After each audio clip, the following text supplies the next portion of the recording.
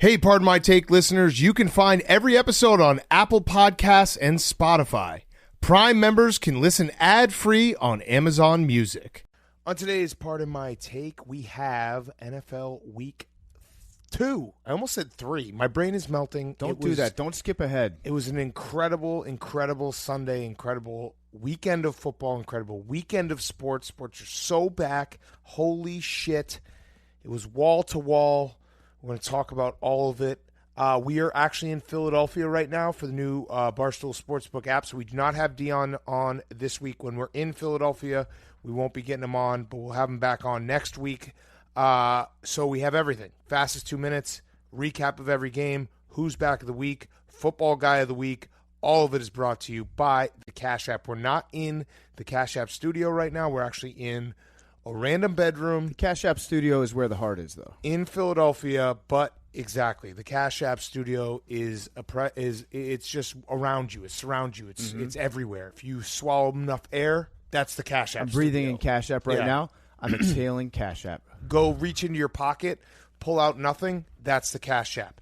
It's a being, if you go to Tibet and you see the Tibetan monks, you know what they're doing when they're thinking about how to reach nirvana? They're Cash Apping each other. Cash App. Yeah. They're Cash Apping each other with their minds. So go right now, download the Cash App. The Cash App is the best app in the world.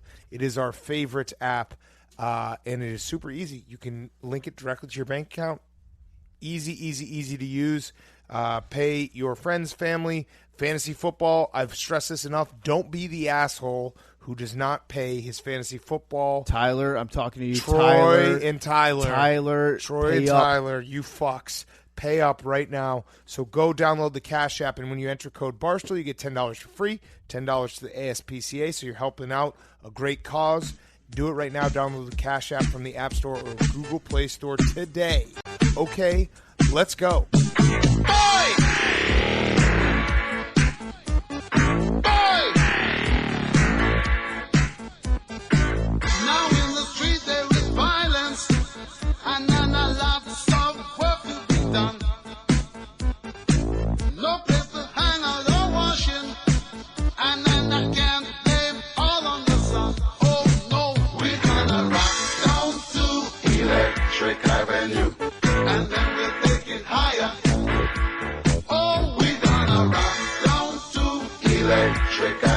It's Pardon My Take, presented by Barstool Sports.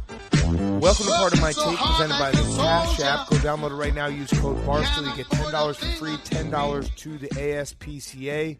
Today is Monday, September 21st, week 2. There's some scores in this house. There's some scores in this house. What? We start in Dallas, where Big D stands for big demeanor. The Falcons want to gag, want to choke, as the Dirty Birds did their best to crash and burn in the fourth quarter, and can't Calvin Ridley themselves from the curse of Arthur Blank. Jerry Jones said, when I ride this DAC, I'm going to spell my name on his paychecks, as Prescott led the boys back for an unbelievable win, and the Falcons season is now riding dirty in a Hayden Hurst. That's right, they're dead, Teej. Cowboys 40, Falcons 39. There's some scores in this house. There's some scores in this house. What? Up in Indy, where Jonathan Taylor Thomas laid the hammer on the Vikings defense, and Kirk Cousins, number 8, my ass. He's a bottom feeder. Minnesota said, if I don't hang, then he can't bang. You can't hurt my feelings, but I like pain. And the Vikings were gluttons for punishment on Sunday. The deforestation of the Amazon Buckner had a few strip sacks, Brazilian waxes, that is. And Jim Irsay closed the ceiling on Minnesota season. Colts 25, Vikings 11. There's some scores in this house. There's some scores in this house. What? In Chicago, where giant Khalil Mack truck got all up in Daniel Jones' garage, orange-haired Jason Garrett's head game was fire, making it clap on the sidelines, but not much else. The Bears offense said to Joe Judge, Your Honor, I'm a freak, Mitch. Handcuffs, leashes, spank the Giants' defense. Hold on, is that a dog? Massey? What's wrong, Massey?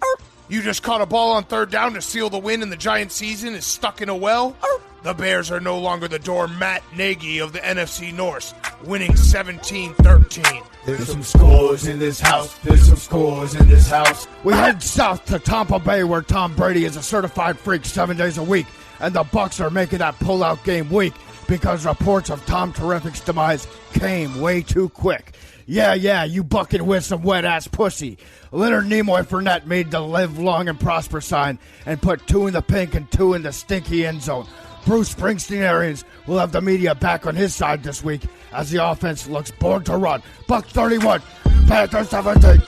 There's some scores in this house. There's some scores in this house. In the frozen tundra where the cheeseheads are stirring up things in the NFC like macaroni in a pot, Aaron the Stallion Jones said the Lions' pussy defense is wild. Come let me run a dive. Balling out for 168 yards and 2 touchdowns. Matt Patricia Arquette is officially flirting with disaster as his head coaching career may not make it out of boyhood. Packers 42, Lions 21. There's some scores in this house. There's some scores in this house. In Nashville, where Mike Vrabel is not afraid to let her hop on top to a kegel while he's inside and break it off for a chance at a Super Bowl. Gardner 2.5 Minshew has that tiger blood coursing through his veins, leading the Jaguars to a second-half comeback, only to see it go up in smoke with a late-game pick by Harold and Kumar Landry. The Titans are Gostkowskiing into first place, 33-30. There's some scores in this house. There's some scores in this house. To the city of brotherly love where Sean McVay said, I need a Henny drinker, I need a weed smoker. But sorry, Rams and Eagles fans, Chris Long isn't walking through that door. Daryl Hall and Oates Henderson had the Eagles defense out of touch, man-eating his way to 81 yards and a touchdown. Johnny Carson Wentz used to look good in prime time, but now he's dead. Too soon, Boom. Rams stay rolling, 37-19. There's some scores in this house. There's some scores in this house. Staying in Pennsylvania, where TJ Wapp put that pussy on Drew lockdown as the Broncos tried to win by grinding on that Vic Fangio defense. The motorcycle madman Ben but don't break Roethlisberger kept his foot on the gas as the Steelers don't have a LeGarrette Blount in their backfield anymore, but they do have a LeBron James Conner Jr. to smoke the opposing defenses. Steelers 26, the Broncos 21. There's some scores in this house. There's some scores in this house. What? Out to L.A. where Mahomes may love ketchup, but Andy Reid likes the pussy with A1, just like Pat's credit. Bold and spicy, Boom. Justin Timberlake Herbert got dressed up after suit and Tyrod Taylor was ruled out.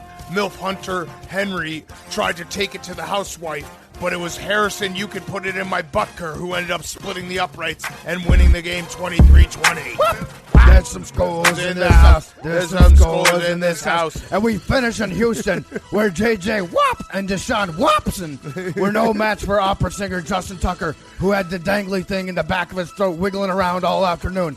Ingram II, Baby Mark, tucked the Titans in and put them to bed with a fourth-quarter scamper. People are starting to wonder if Bill O'Brien Cranston is getting high on his own supply after trading DeAndre Hopkins and losing to the Cardi B Baltimore Ravens to go to 0-2. The Ravens 33, the Texans 16. All right, and week 2 is in the books. We still actually have the Raiders opening their new stadium. The big, what is it called? The big Death Roomba? Star? No, the big Roomba? It looks like a Roomba. Yeah, it's a looks big like Roomba. a Roomba from hell. It does look sweet out in a little It does. in the middle of the desert. Drew Brees will probably break 16 new records on Monday night. But week 2 in the books, unbelievable. Last week we were back, but this week is when it was like, holy shit. Chaos everywhere, some insane endings. And the beginning of new narratives. You Yes. never know what the narratives are going to be after week 1. Now we are starting to get clued in, and we have some takes. Okay, so we'll have some new narrative alerts. By the way, we're in Philadelphia right now, new Barstool Sportsbook app. If you didn't see, we invented a new bet called the Hanson, which was just betting the over of all the points scored on Sunday. It won, it crushed. So we're in Philly. That's why we don't have Dion on this week. When we're in Philly, we're not going to have Dion on because it's hard to Skype and do all that. We'll have him on next week, but we will be recapping every game. And, of course, we're going to start with the Sunday night game, which was a classic. Patriots lose to Seahawks 35-30. So, Hank, you walked upstairs because you were watching downstairs on a live stream. and you were like, I'm not so upset about that loss because we were in that game, and losing to Russell Wilson at home is not like something that you can be ashamed of. We were also down 2 scores in the fourth Right. quarter. Like, it didn't really seem like it wasn't a game that they blew. Like, they came back, they fought. Russell Wilson's unbelievable. Cam Newton played well. Patriots defense is banged up, and like half their players opted out. They didn't play well, but I thought the game was good. I thought the Patriots were very promising. Like, Yeah, it was a very promising game. I would watch these two teams play every single week. Yes. Just the matchup in general, just like the names that you have on either side in the game, like delivered on all that hype. It was an awesome game, and yeah, Cam Newton looks good.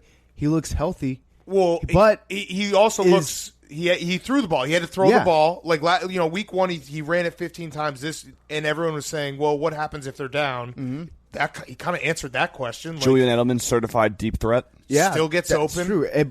Julian Edelman was exhausted at the end of the game, God. just like picking himself up off the ground.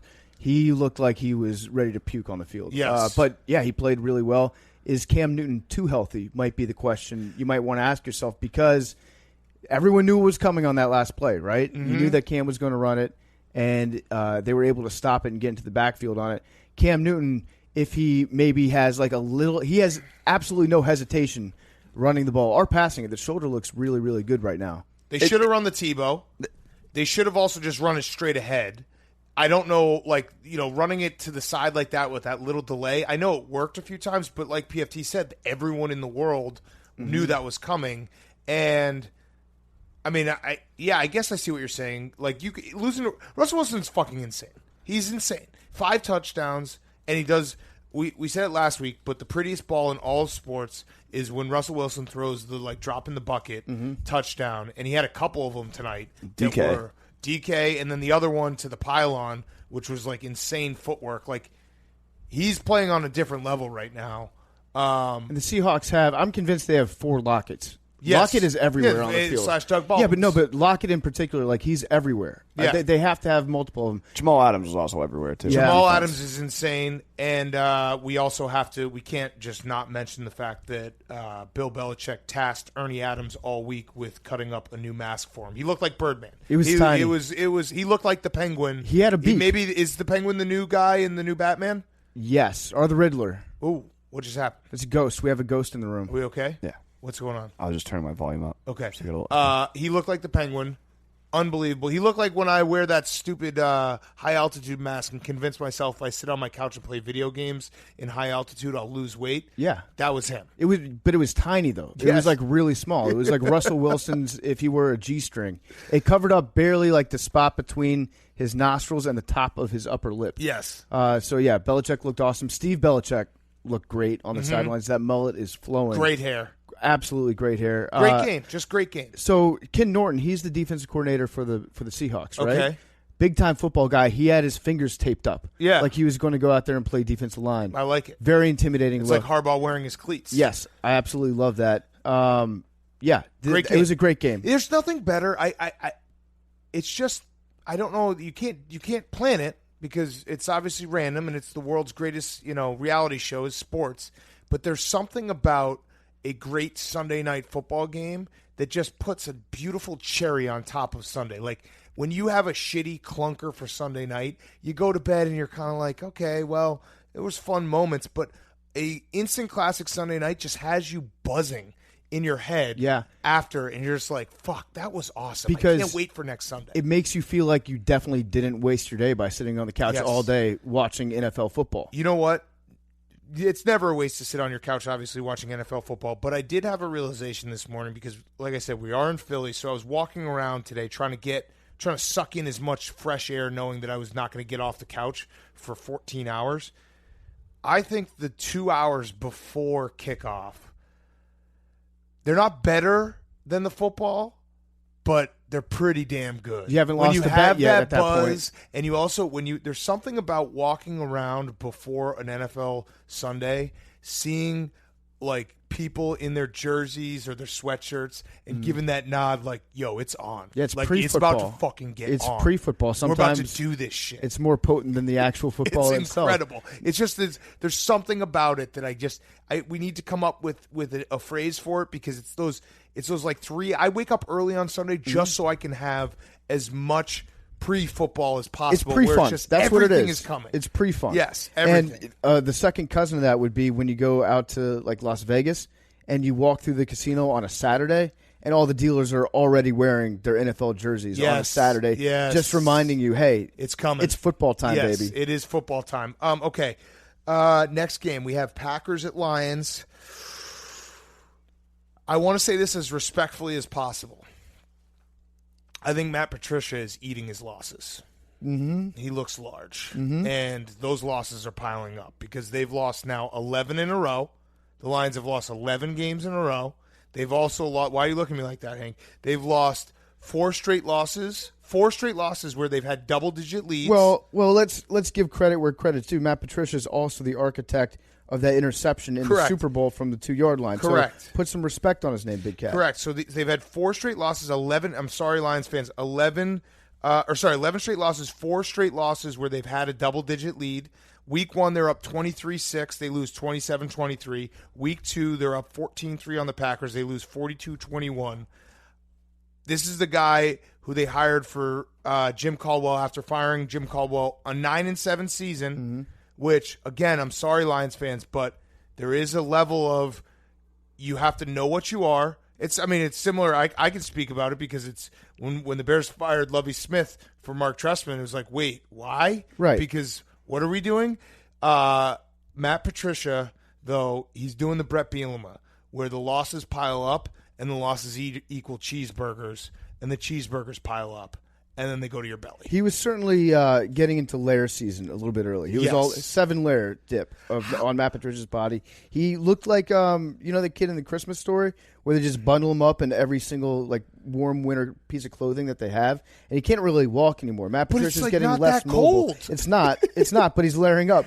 He's just and this is also, I think, if you could script like the perfect head coaching resume, never be a guru on either side. Like be John Harbaugh, be the special teams coach, be the quality controls coach, because then people can't, like, you can control special teams. You can have great special teams by finding the right guys. Matt Patricia, his defense fucking stinks, and he's a defensive guru. Yeah. So I don't know what, like, I feel bad for the guy because I think it's over here. But, man, the Lions got absolutely gashed on the run.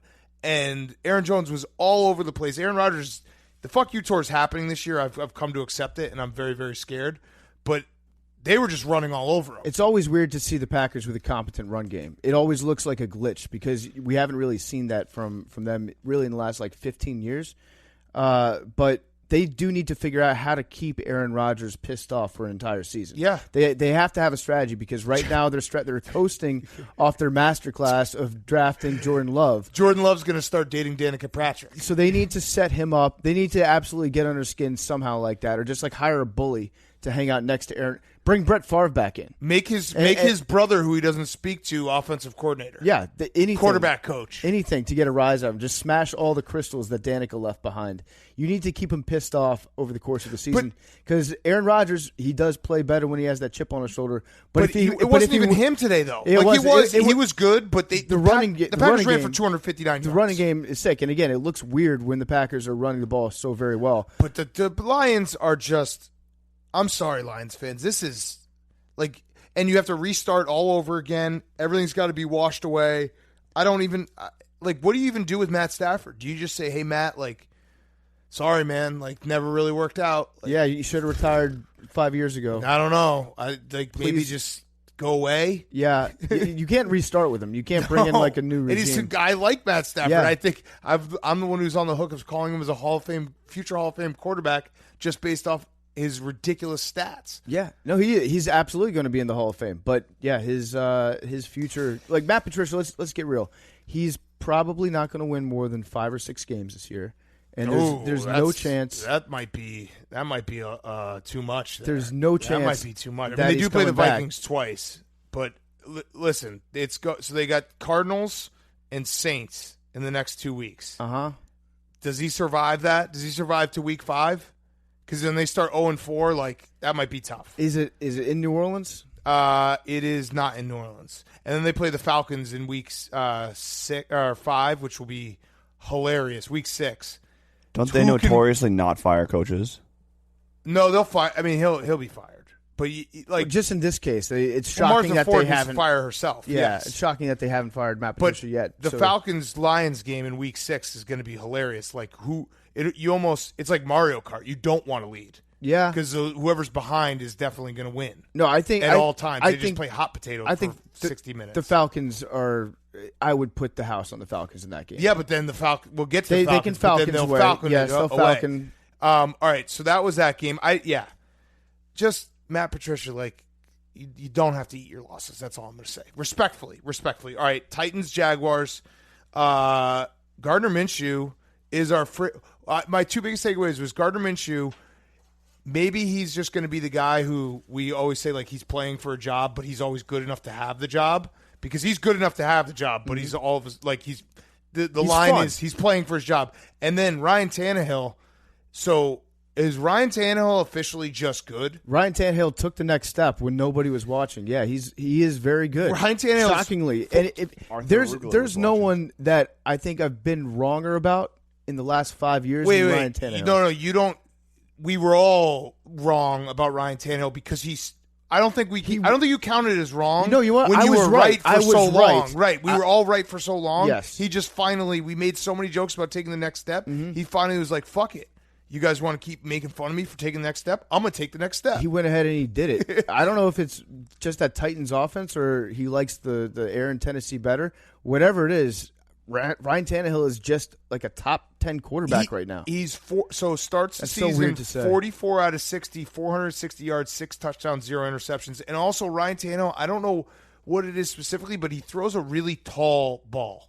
I feel like all his passes are always high up. You know what? He's got good shoulder height. Yeah. I feel like if you measure just from the cleats to the shoulders, his shoulders are that of like a 6'8" person. Doesn't it feel like every time they go to red zone, it's Ryan Tannehill like in the red zone running a play action where then he throws a perfectly placed tall ball to a really tall guy. He's got a lot of tall guys for sure. And, it helps a lot having Derrick Henry. Yes. I think that's which we're not even in Tractor Cedo season. Like Derrick Henry's not even going yet. He's not. He will get going later, but he's not going yet. And Vrabel, I guess, trusts his kickers now. Well, Gostowski is now the Bizarro World Vinatieri. So Gostowski missed another extra point today and then hit a 51-yarder going to halftime and a 49-yarder to win it. So he missed it. Wait, no, Vinatieri missed all of them. Never mind. Yeah, last Vinatieri year, missed all of them. Vinatieri was just bad last year. Yeah, he was just bad period. all around. Gostowski is a future Hall of Famer, like Adam Vinatieri. Yes, Gostowski is essentially like a three-pointer who can't shoot free throws. Yeah, he's a three-point specialist who can't shoot free throws at this point. Yeah, I mean, he's very good for long distance. And in general, this week proved that kickers are back. Yes. This is a big rebound week for kickers. Yeah, did anyone? I feel like we didn't – there was maybe like Nick, 2 or 3. Nick Folk had a bad miss, I think. Okay, well, that makes sense. Yeah. Right? He's been in the league for like 30 years. Really. Either way, credit to the Titans and Jaguars for playing a fun game. Yeah. Didn't see that one coming. Yeah, I mean, I'm always shocked when I see the Titans score more than 30 points. Yes. For some reason, like Titans to me, I think it's their colors. They scream like 19-13. Well, it's also what was his name a few years ago? What was the football that he decided to install? Fuck, my brain. It was Mike Mularkey doing exotic smash mouth. Exotic smash mouth. Yeah, which meant that like they're going to run play action occasionally on third down. We're going to run the ball, but we're going to make it look sexy. Yeah. All right. Next up, Bears Giants. I mean, the Bears are 2-0. That's all I'll say. The Bears are 2-0. It hasn't been pretty. Mm-hmm. We had the two different worlds of Mitch today. We had good Mitch in the first half, and then bad Mitch in the second half. I think he only had like 30 yards in the second half. It was perfect Mitch weather, though. It was 66 degrees. Yes, which, as we've heard, that's where he has like the highest quarterback rating. Because he had that far. one game against the Bucs. Yeah, but Mitch. Okay, say something nice about Mitch. Well, first of all, the Bears are 2-0. Second, It's not always pretty, but it's starting to get there more. So he's throwing ducks, but they're actually going to the right guys. So I'm cool with that. Yeah, I saw him throw one pass today that looked like it was kicked off. It Yes. was like spiraling It looked like an onside kick. Yeah, it was going But end over it was end. It got completed. there, Yeah. and it got caught. Right. So, yeah, and we're not getting any screenshot Mitches where we're like, oh, he should have thrown to this guy, or like any of the passes that are thrown, more than 5 yards, either overthrown or underthrown. We didn't have any of those. Maybe this is the key to Mitch. Maybe he's like a great knuckleball pitcher. Yeah. Where the defenses can't catch up with whatever he's throwing. Do you think he's missing some ligaments like R.A. Dickey in his hand? Again, it doesn't look pretty. It's not going to make NFL films. Right. When they do the spiral that's going over and you can see the top level of the stadium and the cool soundtrack hits. It's not that, but it got there in the first half. And credit to Matt Nagy. I have been a very vocal hater of Matt Nagy, especially last year, but he is starting to figure out the formula of run, play defense, because the Bears committed to the run and they ran the ball a lot and it got fucking hairy, but they're 2-0. And yes, you could tell me, look, I'm a realist. 2-0 is 2-0, but I also understand 2-0 is probably against two of the bottom 5 teams in the NFL between the Giants and Lions. I understand that. So I'm not going to go around parading myself, but I'd rather be 2-0 than 0-2. Yeah, you're in the catbird seat right now. With the Giants, I think we can officially say that Daniel Jones is not Eli Manning. And so there was, all last season, there was like this little, I want to believe that Daniel Jones is a good quarterback. One, because he got that sweet win against Tampa Bay that we all bet on and won money off of him.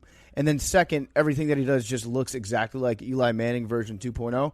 I think we've seen enough to know that he is not Eli Manning. You don't like him? No, I don't like. I like Daniel Jones. And he's not as fun as Eli Manning. I like him. Maybe I'm just incepted by the Giants fans in the office, but he has no talent around him. I mean, Saquon got hurt. Sterling Shepard got hurt.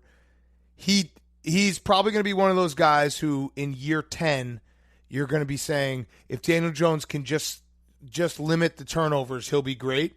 But I think I like him. Like, I actually think he's a good quarterback. I think there's a good quarterback in there. It's just you have to figure out a way for him to stop fumbling all the time and throwing, stupid interceptions. But given what he has around him, like if you put him on a talented team, you can go far with him. I really think so. that. I don't think so. Oh, I think that. I like Herbert better than I like Daniel Jones already. I think Herbert is a better version of Daniel Jones. You saw Herbert play one game where the defense didn't plan for him. And Herbert that's was fine. why I like Daniel Jones last year when he played against the Bucs, a defense that wasn't really planned for him. But the Bears have a good defense, and Daniel Jones, kept them kind of in it. He had no one. He literally has no one. Herbert had guys to throw to. Herbert has actually a lot of talent around him. He's got a great offense. He has a lot of talent around him. Daniel Jones has no one around him at this point. So I haven't seen anything from Daniel Jones that makes me be like, oh, that guy's good. Besides, like, he looks good when he's walking into the locker room. But that could be a What quarterback. about Monday night? That 19-play drive that he had, of course, the interception was horrendous, but that was an awesome drive against a really good Steelers defense. One drive. Yeah, but that's one of the best defenses in the league. I don't know. I am think a Daniel Jones naysayer. I think Daniel Jones does not. He has no one around him. I'm not saying he's like incredible, but I absolutely think if you're a Giants fan, all right. Daniel Jones is a guy who you will give him his 5th-year option. I think it's too early to say that. I would. I think he will be that guy. Like, I don't think he's going to be a guy after 4 years and be like, go ahead, get out of here. Well, yeah, the Giants won't because the Giants, they're riding. No, but out. I don't think most teams. I like Daniel Jones. I do. All right, so that, the Bears play the Falcons next week. We'll see what happens there. But good Mitch, bad Mitch, whatever. 2-0 is 2-0. Speaking of the Falcons, let's talk about that game. So this was a doozy.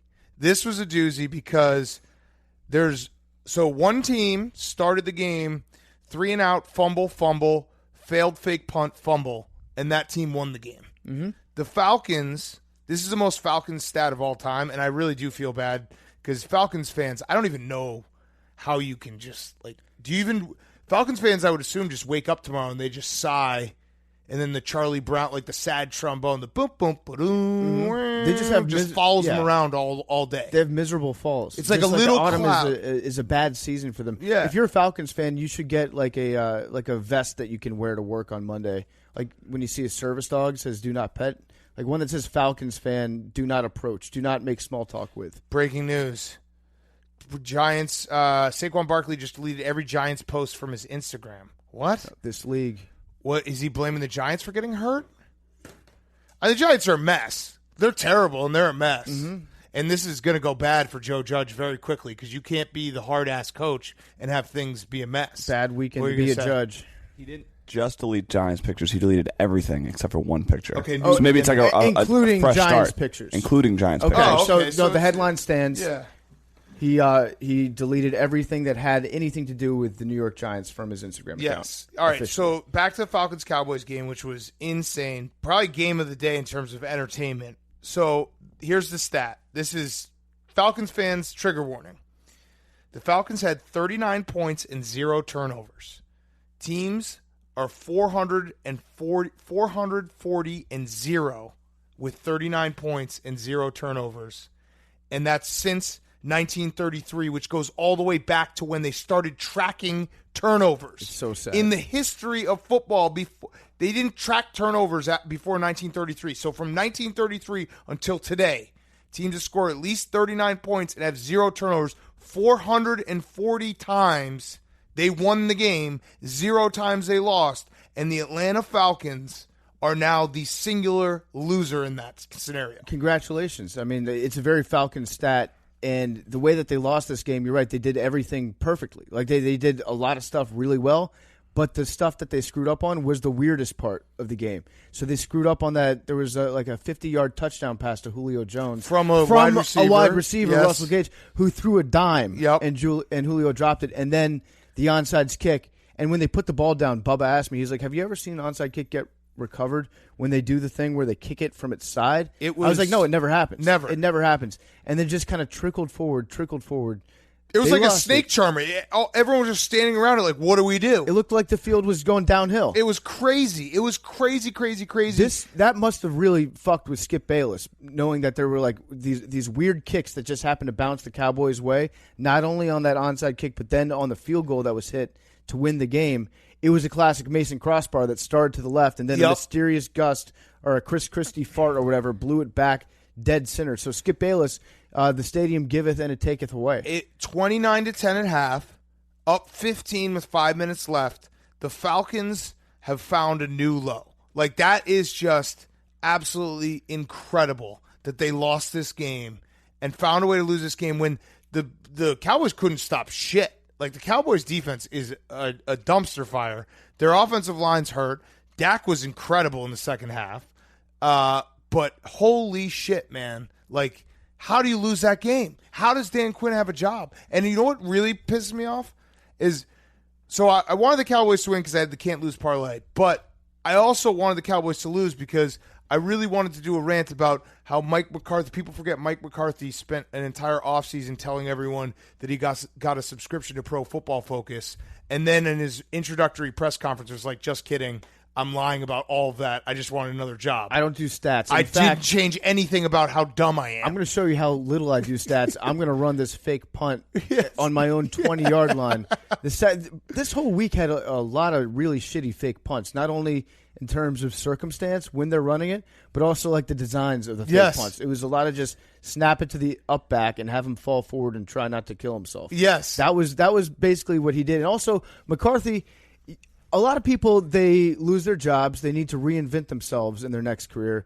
And a big part of that process is they take some time to exercise, get in shape. Nope. Mike McCarthy got fatter. Yes. That's his Wisconsin revenge body that he's got going on. So you robbed me of that, Mike McCarthy. The fact that the Cowboys are now 1-1 in an NFC East that looks like I feel like this has happened in the last few years.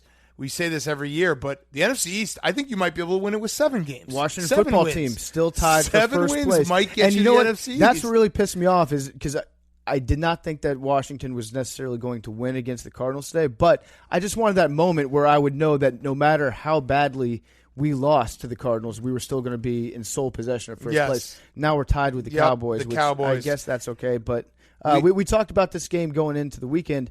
This was going to be the battle of which team is the Cowboys and which team is the Falcons because they're so similar. It turns out that the Falcons are still the Falcons. They asserted their Falcons' dominance on this game. Yes, they put up they planted their flag into the Michael Vick Deion Sanders style black helmet and said, "We are the Falcons." They are just, and you cannot take our Falcons. They found a stat since 1933. Yeah, they're the first team to do this. It's insane how they find ways to lose.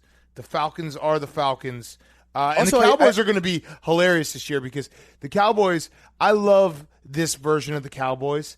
I love my Cowboys to be just flashy enough that everyone buys into it, including myself, but so many holes that they're just going to have terrible primetime loss after terrible primetime loss. Yeah. Like that is Jerry Jones wants to think his legacy is the 90s. No, Jerry Jones, this is your legacy. Your legacy is your Cowboys just have enough sizzle to just get everyone in love with the team and being like, ooh, the Cowboys are back, only to fall flat on your face whenever you have a big-time game. I think Jerry Jones wants to pay Dak money. I think he wants to pay him all the money in the world. I think he doesn't want to leave a single cent that he doesn't have to his son. Mm-hmm. I think that Jerry's like, for every touchdown pass or run. Steven's been stealing. Yeah, definitely. Like he's been siphoning it off into crypto, yeah. I feel like Jerry Jones doesn't exactly keep like a watchful eye on his bank account. Mm-hmm. He probably has a bunch of cash just underneath his mattress. In the walls. Yeah.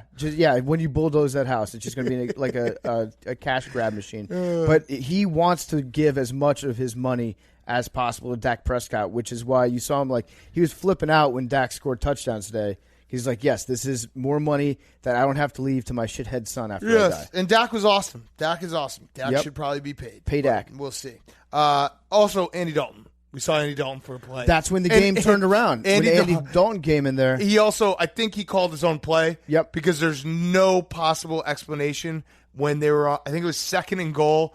Dak gets knocked out of the game for a play, and Andy Dalton threw a pass or had a pass play called for him, which I can't imagine they were like, yeah, let's have a pass play here for Andy Dalton. Yeah, let's give the keys to this offense to Andy Dalton to really unlock things. I think Andy he's got one of those escalators of contracts, right? For his touchdowns. Pass attempts. On the pass attempts, yeah.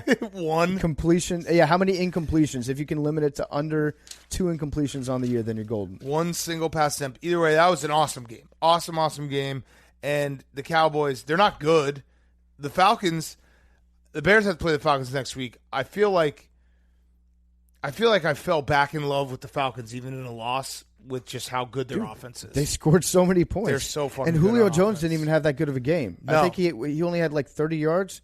Calvin Ridley was awesome. That one should have been a touchdown. Yeah, Calvin. We got to actually ask who's the 1A? Who's Mans? Who's the 1A on the Falcons? Who's now? Batman? Who's Robin? Yeah, who's wide receiver 1 at this point? I would say wide receiver 1 on the Falcons is actually the one that puts up the more disappointing game. Whoever throws the pass that doesn't get completed on the fake play. Do you think that it's different to try to catch a 50-yard bomb from your wide receiver as opposed to catching one from Matt Ryan? Probably. Yeah. It's like overthinking it. Different spin rate, maybe? Yeah, they're overthinking it. But Dan Quinn, God love you. I think Dan Quinn if Dan Quinn cries enough, he might be able to keep his job still. I don't think that you can fire Dan Quinn after a game like this or like multiple games like this because you look at the scoreboard and you're like, well, we scored 39 points. Yeah, and we had no turnovers. Yeah, you can't. Which, I mean, that's got to be a pretty good stat. Yeah, you can't fire a coach. He put them in a position to win. Yeah. All right, next up we have Colts-Vikings. The Vikings suck. I would like to say I'm going to done chain the Vikings again after week 2. They're totally done. Vikings are done. Well, not only are they done, but Kirk Cousins had a very un-Kirk Cousins-like game. Oh, yeah. He was horrendous. He should have thrown 2 touchdowns in the fourth quarter in garbage time just to make this a true Kirk Cousins game. But they are stinky. They're stinky trash. I'm done chaining them right now. What am I going to do if the Vikings win the Super Bowl? I'll get Creed lyrics tattooed on my body. There you Kirk go. Cousins. I'm still waiting for my pinky team. I got to go week 3. Week 3, I'll come up with a pinky week 2 team. is like I think that's my annual tradition. I'm just going to pencil in the Vikings every single year. Week 2, I'm going to cancel. They've never won a Super Bowl, but they're bad. They're very bad. They had a safety in back-to-back weeks, which is kind of cool because I always like it how it like throws off the whole score of the game when you get a 2-pointer in there. It fucks everything up. Yeah, but it's impossible to celebrate a safety in a masculine way. Because the guys on defense end up doing the safety sign. Oh, I think it's all in the hips. If you do a little hip wiggle with it, it's kind of sexy. Yeah, well, you really do need to throw the lower body into it because just going like that, that's not cool. And I actually think that a safety should be worth 5 points. 2 points is not enough for a safety. It's hard to do. It's a change of momentum type play. It should be 5 points, and then you also get the ball. I'm not into 5 points, but I would like a change in the safety rule where forward progress doesn't count. Because that's the most disappointing thing. When a guy runs out of the end zone and barely gets the ball out of the end zone and then gets fucking demolished 10 yards deep into the end zone, that should be a safety. I would say that if any part of your body, throw the ball out of the equation, if any part of your body gets tackled and lands in the painted part of the end zone, that's a safety. Yes. Dan Orlovsky is shuddering right now thinking about this conversation. So the Vikings suck. Kirk Cousins was horrendous. And the Colts, I don't know. The Colts are, Jonathan Taylor is good. DeForest Buckner was an unbelievable trade for them. The Colts are back to being dark horse? Colts are good. Are we going to say they're dark horse again? They could be a dark horse right now. I think that this was a classic game where the Vikings were worse than they looked in week 1, and the Colts were better than they looked in week 1. And this also was our official first. We had our first official red zone game that we forgot was happening. Yeah. Because red zone did not go to this game for a solid hour. Mm-hmm. And then it would flip to it, and it was like, oh, the Vikings did something stupid. Or the Phil Rivers threw an incomplete pass. Phil Rivers wasn't bad today. Yeah, he was good His today. interception wasn't even his fault. He did have that hilarious one where they did the one time they gave him red zone shine. Phil Rivers threw the ball and it hit the crossbar in the red zone. Yeah, I think that was I don't funny. even think it was a crossbar. It might have been an upright that he dunked it off of. Yeah, that was funny. That was very funny. It was like he was passing to Antonio Gates again. Yeah. So Colts back. So narrative alert.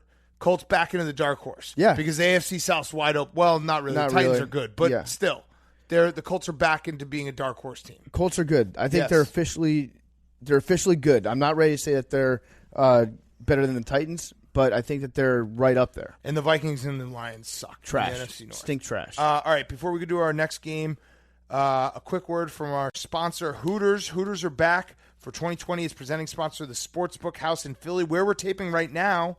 And we couldn't be more excited. They are our only choice for wings and the perfect partner for all the sports this fall. PFT, you were actually mentioning that when you buy a beer at Hooters, it's the coldest beer in the world. It is. That's science. No, the Bud Lights taste different at Hooters. Yes. They slap different. Delicious. The mugs are a little frostier. They have the degrees just right on the mugs. Yep, delicious. So Hooters has new curbside pickup and delivery options in most locations nationwide. Hooters on the fly. You can order online or in the Hooters app. With curbside, you can safely stay in your car, and they'll bring the food out to you. And for anyone not wanting to leave their house, Hooters is now doing free delivery just in time for football season.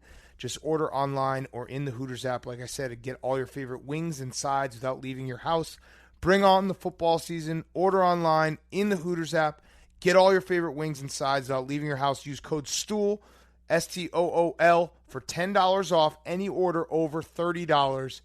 We love football season. We love Hooters. Hooters House in Philly is going to be rocking. We have streams all the time, football all the time, wings all the time. So watch Monday Night Football. We're going to be doing a stream from the Hooters House. I'll still be here. Use code STOOL for $10 off any order over $30 at Hooters, and you can get delivery. You can get curbside pickup, all of it. So thank you to Hooters, our wonderful sponsor. All right, Dolphins 31. Dolphins 28, Bills 31. All you Josh Allen haters out there, suck our fucking dicks. We called it. This guy is so good. Last week he had his first 300-yard game. This week he had his first 400-yard game. Actually, I forgot to mention that going back to the Vikings real quick because it relates to the Bills. The Vikings have the mini DeAndre Hopkins things going on. Where, why did you trade Stephon Diggs? Diggs is awesome. You look so much different as an offense without Stephon Diggs, and the Bills look so much different with Stephon Diggs because it's the perfect receiver for Josh Allen's rocket arm. So all you haters, they're getting silent. They're starting to get a little silent. I'm sure some nerd will fucking rank Josh Allen as like the worst quarterback because he threw a pass that was completed for a touchdown, but he threw it kind of a little high or something. The launch angle was a little bit off on it. It wasn't catchable. It was a 50% catchable pass, not 100% catchable. But fuck you, haters. Josh Allen's awesome. Here's my stat for Josh Allen today. He kicks ass. He kicked ass and he didn't stop kicking ass. And you want to talk about like getting the keys to the offense? Uh-huh. I think we need to say the Bills have officially turned over their offense to Josh Allen. He was throwing the ball on third down. He was throwing the ball on second down. He's throwing the ball on first down. He's truck sticking people. And a play is never over when Josh Allen is running with the ball. And when I mean never over, he will run over like 3 or 4 people, and then he'll fumble the ball out of bounds when he gets hit, at the end of it. Yes. The play is not over until the whistle is blown because he's equally parts liable to do something really cool, equally parts liable to like try to lateral it to his fullback. Yes. Josh Allen was awesome today, and I think that the haters are fuckheads, and they can suck our dicks. You're right. Yeah. Also, suck it. Like, literally suck it. I made a note during this game. Like, I'm going to write Josh Allen on my dick, and you suck it. Keep sucking it right now. I made a note during the game that Cole Beasley always has something fucked up with his uniform after a play. His chin strap usually is fucked up. The chin strap, the helmet goes sideways. He gets like a sock that gets pulled down. He's the kid who has when he has a popsicle, he's just wearing it for the rest of the day on his lips. Oh, yeah, like Kool-Aid lips. Yes. Yeah, for sure. Yeah, Kool-Aid lip he kid. Is the Kool-Aid lip kid was a scene. He is the Your Kool-Aid lip kid listening right now, dude, you deserve the ridicule. Yeah, just fucking eat a popsicle and don't make a mess of it. And I don't know what's going on with his facial hair every single week, but it's different. He can grow like an entire full chin strap over the course of 5 days. Yes. He's the Steve Belichick of Wes Welkers, just like a little janky. Yep. But also like when he gets the ball in the open field, he's sick. Yes, we have Hank Jans, by the way, going on. Hank Jans are what? Yeah, I know, but they could probably turn your still mic hear. on They're when that you're loud. on next time. They're that loud. I want the people to share. No, our they're that experience. loud that you can hear it. Also, in the Bills-Dolphins game, there was a lightning break, but before that, people were mad the last time I yawned. Really? Yeah, but I'll do it if you want me to. Yeah, just do it once. You don't have to do it the whole time. But there was a lightning break, but before the lightning break, they had just lightning interference with the TV signal. So there was a good 10 minutes of that game that we couldn't watch. Anything could have happened during that game. We don't know how many touchdowns Josh Allen threw during that time period. We couldn't see it. God, no interceptions so far for Josh Allen this year. Yeah, I had a couple fumbles week 1, but I don't care. The Josh Allen haters can suck our dicks because he is awesome. Josh Allen for MVP. Dude, get the people talking about it. Honestly, I'll accept an apology from anyone. At this point, I don't care because you're missing out. Like, you are missing out on the fun. So I will, if anyone out there right now who was staunchly Josh Allen's a bust, Josh Allen sucks, Josh Allen isn't good, if you got to tweet part of my take, myself and PFT and Josh Allen and say, I'm sorry, I was wrong, Josh Allen is good, please don't make me suck your dick. Then you are now in the Josh Allen fan club. I'll consider not letting you suck my dick. Right. You send that tweet tomorrow, I'm making no and promises. we'll let you enjoy the fun that is Josh Allen. Because guess what? It's fucking fun. Yeah, we're offering Josh Allen buybacks. Yes. Like when they do a jersey buyback program. Yes. If you had bad Josh Allen takes, you can bring them to us, and we will give you a full refund on your shitty draft take. Yes. And all you have to do is just apologize. Yeah. It's a gun swap. Yeah, exactly. Come on in. No questions asked. Yeah, you listen. drop off your gun. We're not going to say what happened, who you shot, whatever happened. Just give us your gun. Get that gun off. Get the bad Josh Allen takes off the streets. Okay? There was the yawn. There was the yawn. That was good. That sounded like Bronny Jr. hitting the spliff. We'll get to that later. The Nuggets back. We don't want Josh Allen takes to be out there harming any innocent people. Right, exactly. We can't have that anymore. So come trade it in, no questions asked. Also, Dolphins, just start Tua.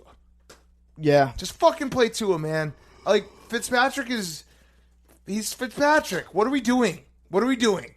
Every time we see him out there, we're just like, this should be Tua. And I want Fitzpatrick. Thursday night would be a lot more fun. Listen, it would be. I want Fitzpatrick to stay in the league as long as possible, but I want him as the backup. I want him to come in when the starter gets hurt or the starter misses a game, and it's like Fitzmagic. Yeah. When Fitzpatrick is the day one starter, it doesn't feel the same. It's more just sad. Yeah, surprise Fitzpatrick is the best. Right. When they cut to it in the middle of the red zone and they're like, hey, guess what? We have an injury.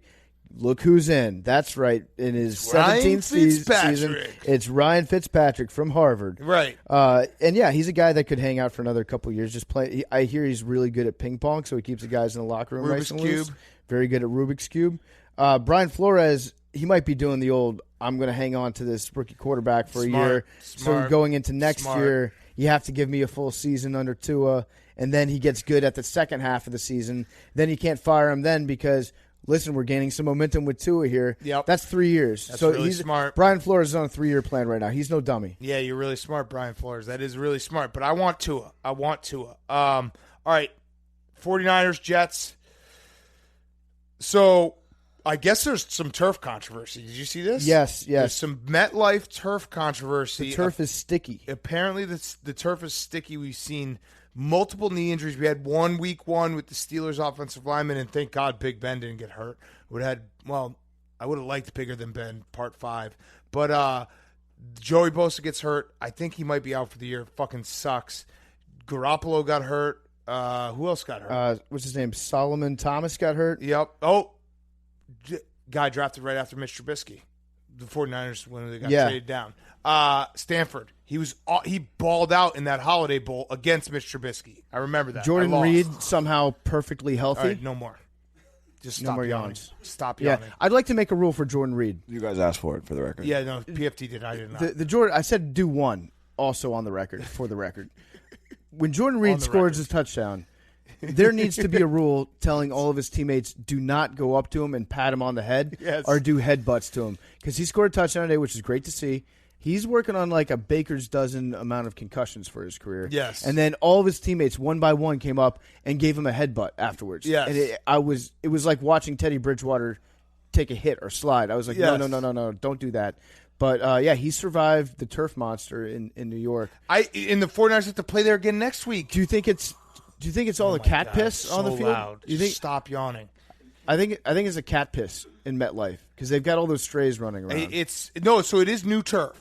So it's brand new turf. That's what the controversy is about. They installed it this year. Yeah, and since it's new, that makes the cats want to piss on it even more. I mean, this is bad. So the 49ers, I wouldn't be shocked if they have to do something because the 49ers sounded like they don't even want to play on the turf. The Jets.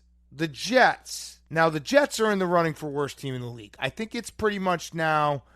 I actually wouldn't put the Giants in that running. I think it's the Lions and the Jets, right? Who else is in there? I would put the Giants in the running, too. I think the Giants are just frisky enough that they're not. Like, the Jets gave up a 3rd and 31 run play. Mm-hmm. They gave up a run play that converted a 3rd and 31. It actually went for 55 yards. The Jets, this game looks a lot like, doesn't even look close, 31-16. Or no, 31-13. The Jets scored a touchdown with a minute and a half left to make that 13. Mm-hmm. So it was really 31-6. The Jets are really, really, really, really bad. Yeah, at one point they were down by 21 points. I think it was late in the third quarter, and Adam Gase kicked the sad field goal of the week. Yeah, so that was – I actually wrote that down. Down 24-3, fourth and goal on the 7, kicked a field goal. That right there tells you – that's like the death rattle for a coach. That's the Pat Shurmur when he's punting for the box score. That's a box score move. Mm-hmm. That's not a football winning move. That's I just want to put up a few points so that when I'm going to look for another job, at least it doesn't fuck up my average too bad. So here's how bad Adam Gase is as a head coach. I don't think I've ever seen him smile as a head coach. I don't think he's ever been happy as a head coach. Two-time head coach. That's the craziest part. Even two-time. If they squeak out a game 13-10 against the Dolphins, you never see Adam Gase enjoying his job. I don't think he likes being a head coach. No. I don't think he's good at being a head coach. I don't think that anyone likes seeing Adam Gase coaching their favorite football team. So it begs the question, why is Adam Gase doing this to himself? He's got money.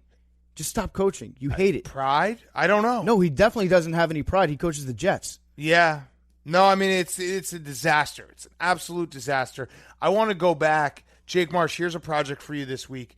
I want you to go back and find all the times that Adam Gase was called an offensive genius throughout the last 10 years, because I just want to laugh at it. Mm-hmm. Just be like, this is I bet you it's a lot. That's how stupid we are in the media, fans, everything.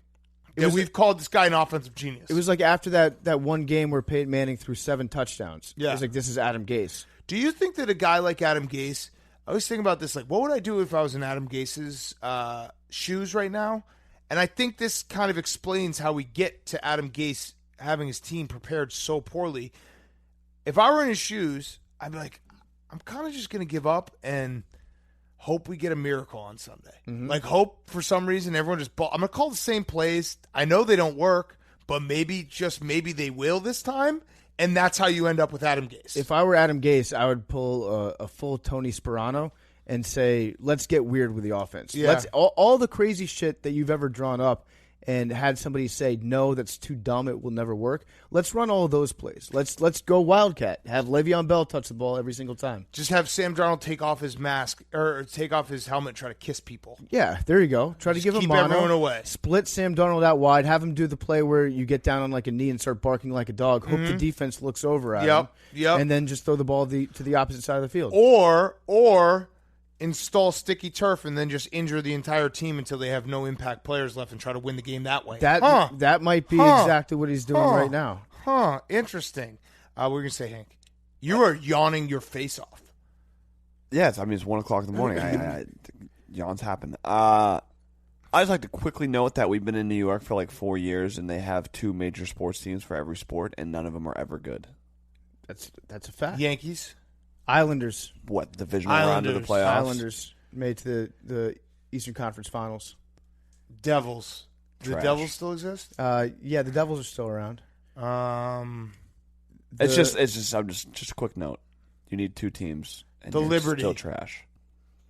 The Liberty. What's their tennis team, Jake? They've got a good. They have a tennis team. Didn't they try to make professional tennis? That was the dumbest idea ever. The New York Football United. Let's take a really boring sport and then just make it a team and then just hope people will watch it. Mm-hmm. Just a quick little note. I just wanted to throw in there. Okay. Good note. That was a Hank note. All right, next up, Rams, Eagles. Wait, one more thing with the 49ers-Jets game. How many times did we need to see the replay of that Mostert touchdown run today? That was on the Red Zone channel, I think, 9 times. Well, what happens is, so you get replay inception. So what happens is they get like 1 or 2 big plays that they just run on loop on the Fox. Yeah. And then on Red Zone, we'll be watching a game and they'll be running the replay on the local. So then we're seeing it on Red Zone, but Red Zone's not running it. But it's never happened that many times in a game where we had to see it. Like every other game, we jumped in on Red Zone while they were doing a look-in at what happened in the first quarter of the Jets-Niners game. It was, and then I love when Scott Hansen sees those come up, and he's like, "We already saw this play earlier on Red Zone. Disgusted. These fucking assholes." Disgusted. All right, Rams, Eagles.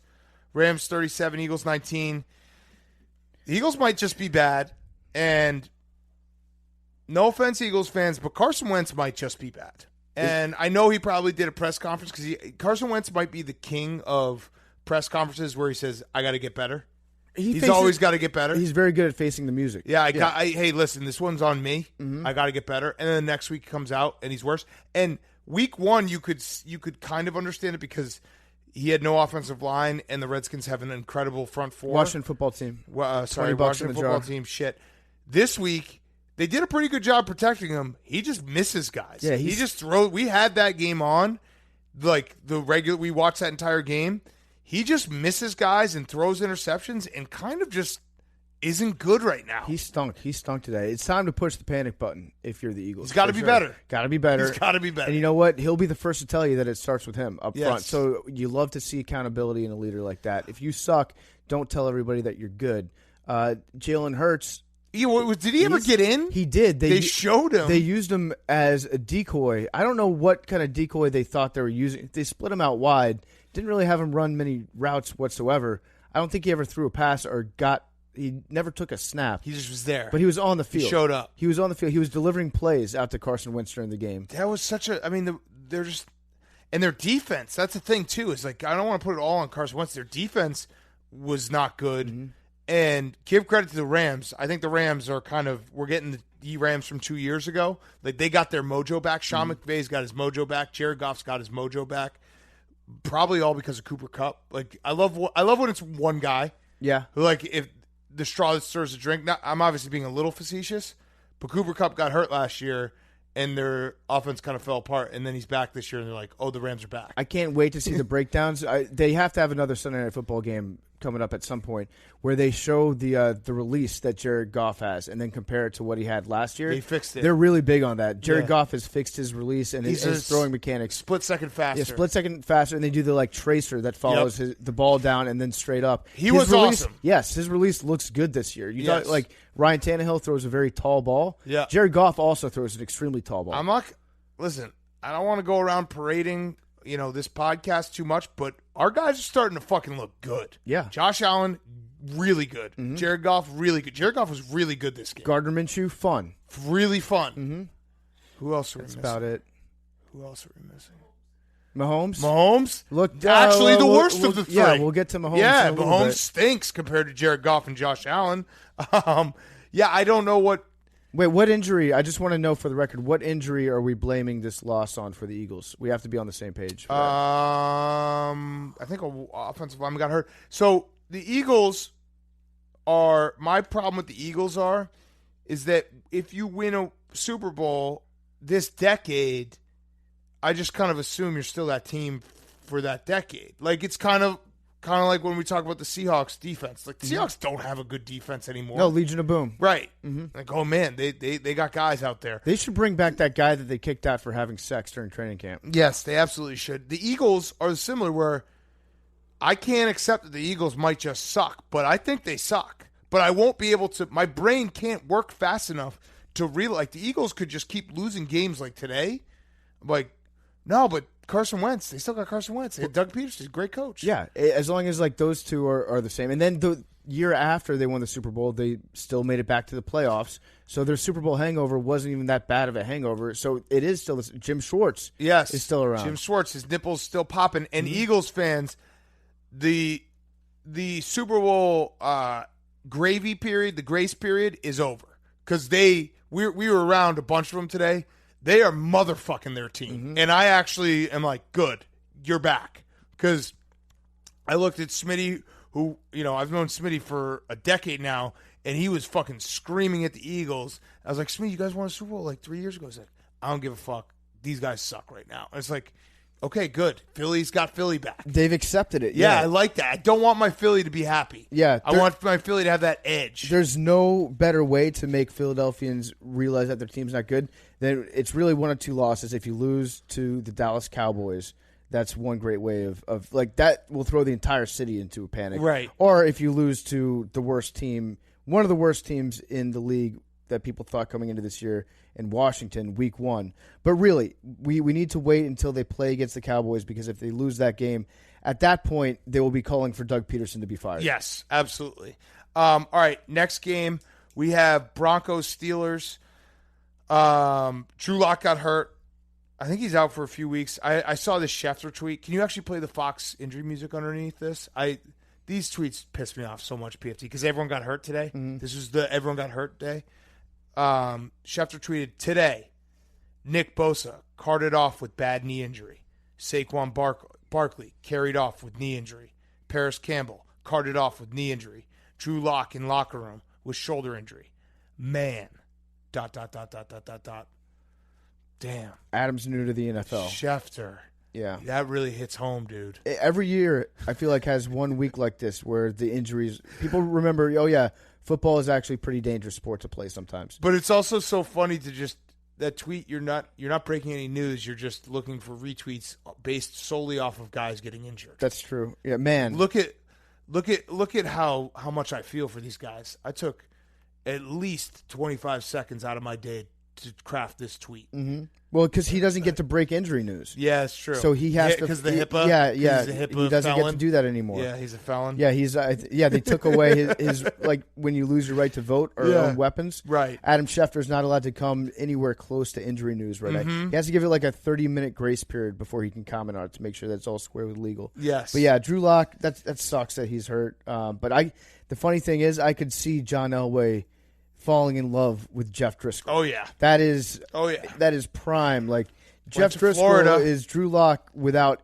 any of the flash. Mm-hmm. So that's perfect for John Elway. He could talk himself into giving him the start once Drew Lock gets healthy. Also, Jeff Driscoll has a big ass booty. Since we're booty guys. Yeah. Have you ever seen the picture where it looked like he was wearing a thong at Florida? I have not seen that. No. Oh my god, it's ridiculous. He had a thong ass. Like he's wearing a thong. That is a thong. Yeah. I remember that. Jeff Driscoll's a thong wearer. For a second, I thought he was the football. guy that shit himself. We don't kink shame. No, it's fine. But Jeff Driscoll wears a thong while he's playing football. Just never. A good rule of thumb is never draft a Florida quarterback. Yeah, look, that's a thong. Yeah, he's got wearing a thong. Dumpers Jeff Driscoll's a thong wearer. on the football field. How is it possible that Florida never has a good quarterback, though? Ever. Who was the last good quarterback that they had? In the NFL, Rex Grossman. Yeah. Cam Newton, we could count Cam. Yeah. Tebow. Tim Tebow won a playoff game. Tebow. People forget that he won a playoff game. I still can't. I mean, he wears a thong. It's crazy. He wears a fucking thong while he plays football. Do we have any pictures of him in the Broncos uniform? No, but he's probably wearing a thong too. I just don't get it. How do you do the SEC message boards? Just like dudes in fucking Alabama and like South Carolina and Mississippi, they go to bed at night and they get down on their knees and they pray to God and they're like, please let one of my rivals' quarterbacks get caught wearing a thong while playing football. It's just so I can escape this reality for a minute on the message board and have a day. I guarantee you Steve Spurrier wore a thong while coaching and playing.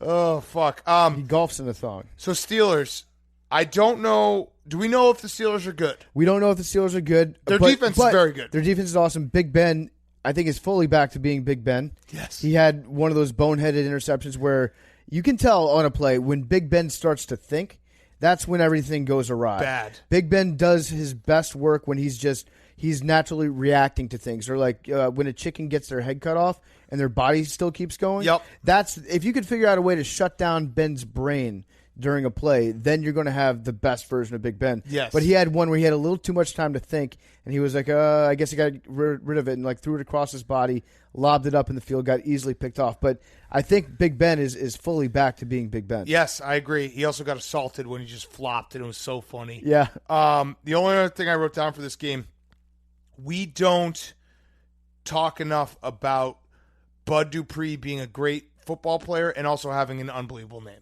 Mm-hmm. Like Bud Dupree is an unbelievable name. Mm-hmm. That's a guy. Bud Dupree is Paul Bunyan's like best friend. Bud Dupree, drives around in a Ford and is like the best shot this side of the Mississippi. I was gonna say it sounds like Bud Dupree could get you a great deal on any pre-used Toyota. He's pre-used Chevy guy. Yeah. He's a pre-used Chevy, really a truck man. Bud Dupree is a song like Johnny Cash writes a song about Bud Dupree, Mm-hmm. the toughest man he ever knew. Like, we don't talk enough about how great of a name that is. He's going to get paid soon, by the way. He's fucking awesome. But Bud Dupree, the world needs to say more often, like, Bud Dupree. There's a football player that's awesome at football named Bud Dupree. Come on down to Bud Dupree's pre-owned boat and F-150 Emporium. Free trailer hitches installed on Sundays. Bud Dupree, there's 5 of us sitting in this room right now. Billy's not here. There's 5 of us sitting in this room right now. Bud Dupree has more like machismo just in his name than all 5 of us if we ookie-cookied something and be like, here you go. This is all our testosterone. No, Bud Dupree. Yeah, that name makes Tom Selleck sound like a bitch. Yeah, right. Bud Dupree would bitch slap. Is Tom Selleck still alive? For the purposes of this podcast, yes. Okay. But Bud Dupree would bitch slap Tom Selleck, and Tom Selleck would say, thank you, sir. It has been an honor to get bitch slapped by you, Bud Dupree. Bud Dupree's pubes are the Tom Selleck mustache of pubes. Yes, exactly. So Bud Dupree, we might become a Bud Dupree podcast. It's fun to say. Yeah, right, isn't it? Uh-huh. Bud Dupree, just great. Like, shout out Bud Dupree's parents, who were like, we have the last name Dupree. Let's name him Bud. I wonder if that's probably not his given name. I mean, if it is, that would take this over the top. Let's see. Bud Dupree. Alvin. Anybody even be better? The fact that his name's Alvin, but his name's Bud. Alvin Dupree. Whatever. Bud Dupree. Let's go. And he's a junior, too. PFT, you want to do the ad real quick? Want to do 3Chi? Yeah. And then we'll get back to the games? You guys have heard us talk about 3Chi in this podcast before. 3Chi, they are a leader in hemp-derived cannabinoid products. All their products formulated by a biochemist, made with USA-grown hemp here in the USA. When they released their Delta 8 products, they were the first federally legal THC products sold in the U.S. since Prohibition started almost 90 years ago. Delta 8 is that federally legal version of THC. It gives you a similar buzz to that standard Delta 9 stuff, but you don't get the laziness, you don't get the anxiety, the paranoia, or the mental fogginess. Delta 8 users report feeling far more active and outgoing with increased confidence, almost none of the anxiousness and paranoia that you get with Delta 9 usage. I'm just going to cut to the chase. You take 3Chi, you feel awesome. That's the bottom line. You want to feel good? Boom. pop a 3-Cheat gummy in, hit one of their vapes, try their tinctures, try their oils. I've sampled numerous products from 3Cheat. I like all of it. Had one of their gummies last night, as a matter of fact. I slept like a baby. 3Cheat isn't just the best in the Delta-8 industry. They invented the damn industry. Again, it's 100% hemp-derived. It's legal on a federal level, and it's available online at 3chi.com. That's the number 3chi.com. You have to be 21 to purchase. Go to 3chi.com to shop for the Delta-8 vapes, gummies, tinctures, and oils. You can make your own edibles out of those. Use promo code PMT at checkout to receive 5% off your order. Must be 21 to purchase. Again, that's 3chi.com, the number 3chi.com. Use promo code PMT at checkout. Get 5% off. We love 3Chi. 3Chi kicks ass. You are going to love it. I promise you that. All right. I had to stand up because my back's going to fucking die. All right. Bucks 31, Panthers 17. What? Like, these chairs are a fucking joke. I don't know what we bought. Like, they're... Yeah, my back feels fine. What are these chairs? They're terrible for your posture, but they're great for chillaxification. I'm just slunk, like, and I've been eating like shit. I'm just laid back right now. I'm just nice and relaxed on a Sunday night. It's just football time. It's football season. You know, when you just like today. Part of my walk that I was talking about at the start of the show, I was just trying to inhale as much fresh air as possible, knowing that like I'm like a caged animal. We should do on Sundays. We should do our Philly shows from a dumpster. We should rent a dumpster, yes, and then just go out in the street, fill it up with water. Yeah. Fantastic. Panthers Bucks. Panthers Bucks. What I really love is that every single time that the Patriots lose, the Bucks win, or when the Bucks lose, the Patriots win. Who won the trade? That way we can keep debating for the rest of eternity. Well, who won this offseason? I was mad because Russillo came up with a great just power rankings every week. 1-2, Tom Brady, Belichick. I'm sure he has Tom Brady 1, Belichick 2 now this week. Yeah, that's how it's got to be. Yeah, it's got to be. So, but yeah, does Matt Rhule have dumb face? His glasses are too big. That's the thing. He has glasses of someone who's 60 pounds heavier than he is. I'm starting to think he's got dumb face because, well, there's something special happening this year where football coaches getting mad that choose to wear the visor are so funny because they lift the visor to scream at their team, which the optics of the visor, I understand, like they're trying to send the right message, but when you lift it and scream at someone, the visor is not, what's the point of wearing the visor? Right. And it also looks like a welder being like, tapping on a welder's shoulders, like, what? They lift up their visor, like, what'd you say? But Matt Rhule, I first thought of this when he went for a fake punt on 4th and 2. It's another dumb fake punt. On the 36-yard line. The 36-yard line.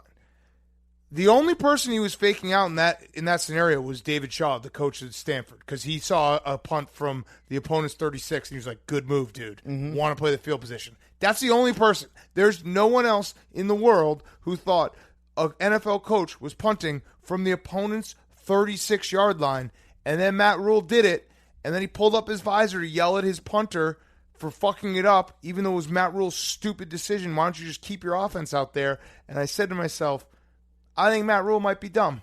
Well, he definitely like has the look where his mouth is open more often than it's not. Yeah. So yeah, and when he yells, he spits into the clear visor that's in front of him, and so that's always a weird look when you get the spittle from the inside on it. Yes. But yeah, Matt Rhule, I'm not ready to say that he's dumb just yet. Might have dumb face. Why don't you?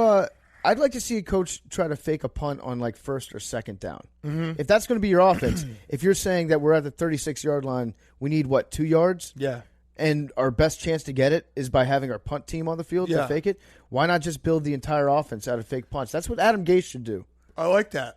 Just fake punt offense. Yeah, just get fucking weird with it, man. Fuck everyone up. Leonard Fournette fits better in an offense where he doesn't fall down at the line of scrimmage. Yeah, he had a nice big run. I mean, I don't really know. I thought because this is one of the games we had on. I thought Tom Brady looked good. He's definitely not dead, like people were trying to bury him after week 1. But it's also a very weird fit at times in that offense, and you could tell it was like there were moments where it worked and there was moments where it was clunky.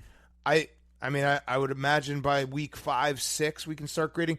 By the way, just a heads up, the Bucs have like a super easy schedule coming up, so the Bucs are going to get some wow, look at the Bucs. They're fucking awesome. I don't think I'm going to go look at it right now, but I don't think they're getting like truly tested again for a while. So Tom Brady's going to get fat on some teams, and everyone's going to be singing the praises of the Bucs. And I just don't know. They play the Broncos next week, the Chargers, the Bears. Like I said, the Packers, which will be a good game.